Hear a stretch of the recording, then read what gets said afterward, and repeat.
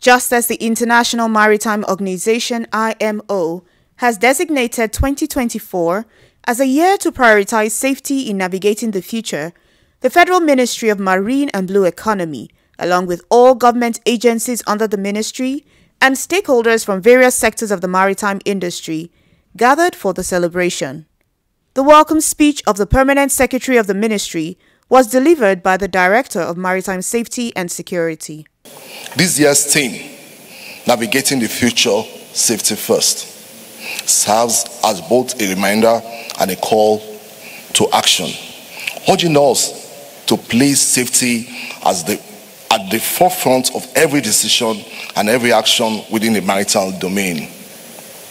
Safety is not merely an operational consideration. It is the cornerstone upon which the future of the maritime industry must be built. The Director General of Nimasa, Dr. Dayo Mobiriola, opened the Goodwill Messages session with a speech emphasizing the importance of viewing challenges in the industry as opportunities for growth and innovation for Nigerians. We need to strengthen collaboration and cooperation to address the increasing complex regime due to emerging technologies. Your involvement is crucial in this progress. This commitment is not just a goal, but a promise that we must uphold. Together, we can navigate towards a brighter, safer future for our maritime industry. Dr. Mobiriola's message about cooperation and coordination, a message about partnership, goes well beyond the borders of Nigeria to include all of us who inhabit this Atlantic world, to come together, to collaborate on mutual priorities to achieve our shared interests. At root, those shared interests lie in shared prosperity, finding ways, sustainable ways, to share that prosperity among the peoples of the Atlantic world. And so that partnership, which launched a year ago, that has grown to include 10 more states, 42 in total, is, I think, the best reflection of the United States government's commitment to partnership here in Nigeria and across the Atlantic. The Managing Director of the Nigerian Inland Waterways Authority, Mr. Bola Oyebamiji, urged all stakeholders to support the federal government's efforts to enhance safety in the maritime sector.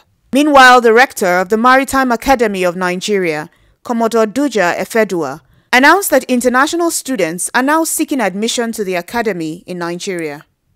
As we gathered here today, let us acknowledge the importance of collaboration among stakeholders to ensure that our maritime activities contribute positively to both economic growth and environmental stewardship. In Nigeria, we have made significant strides, especially in the maritime sector, in adding value to our inland waterways infrastructure and services. The National Inland Waterways Authority, NIWA, has been at the forefront of these efforts, working tirelessly to improve navigability, safety, and accessibility across the network of rivers and lakes in Nigeria. We are grateful to the ministry, Nimasa also, and the maritime stakeholders for everything they have done to reposition the academy since 2017 when I took over. Today, I am proud to say that we have an academy that Nigeria can boast of. I'm happy to announce to you today that for the first time in 47 years, we now have international students at the academy. You know, and also our staff strength, the academic strength, has improved greatly.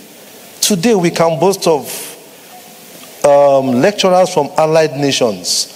These are people who lobbied, they applied through the IMO that they want to come and teach at the academy because they have seen the things great things we are doing. So I think we have done significant things in significant times, and all I need to do is keep urging everybody here to support the institution. It's our own academy. From the industry perspective, the President General of the Maritime Workers Union of Nigeria, MAWUN, and the President of the Association of Marine Engineers and Surveyors, AMIS, contributed valuable insights representing the labor and private sector viewpoints in the discussion. Without meeting words, seafarers are the backbone, the dock workers are the heart, and other maritime workers are the artery of our industry. Hence, we must give preference to their training, welfare and mental health support, and particularly for the seafarers to ensure they can perform their duties safely and effectively. I present the Ministry of Marine and Blue Economy and Nimasa. They should be commended for reduction of piracy and maritime terrorism.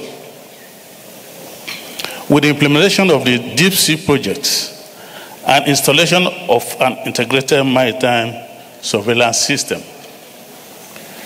The NPA partnership with EU towards risk prevention in ports with Central and West African regions is in good direction.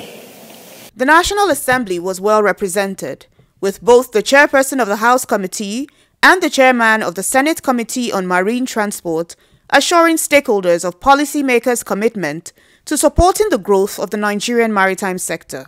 I must commend the Nigerian Maritime Administration and Safety Agency, Nimasa, for its efforts in safeguarding our maritime domain and enforcing international safety regulations. As policymakers, we are fully committed to enacting laws and regulations that support these advancements while ensuring that safety remains at the forefront of maritime operations.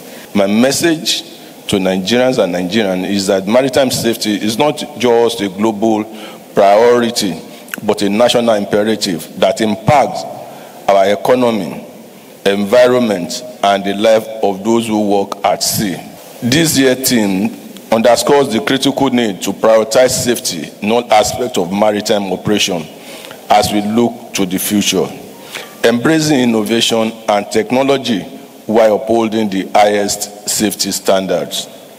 I urge all stakeholders, from policymakers to industry operators and seafarers, to commit to fostering a culture of safety, ensuring compliance with international regulation, and investing in the training and welfare of our maritime workforce. The special guest of honor at the event, Professor Lawrence Awoshika, a marine geophysicist, encouraged Nigerians to leverage the maritime sector for the nation's development.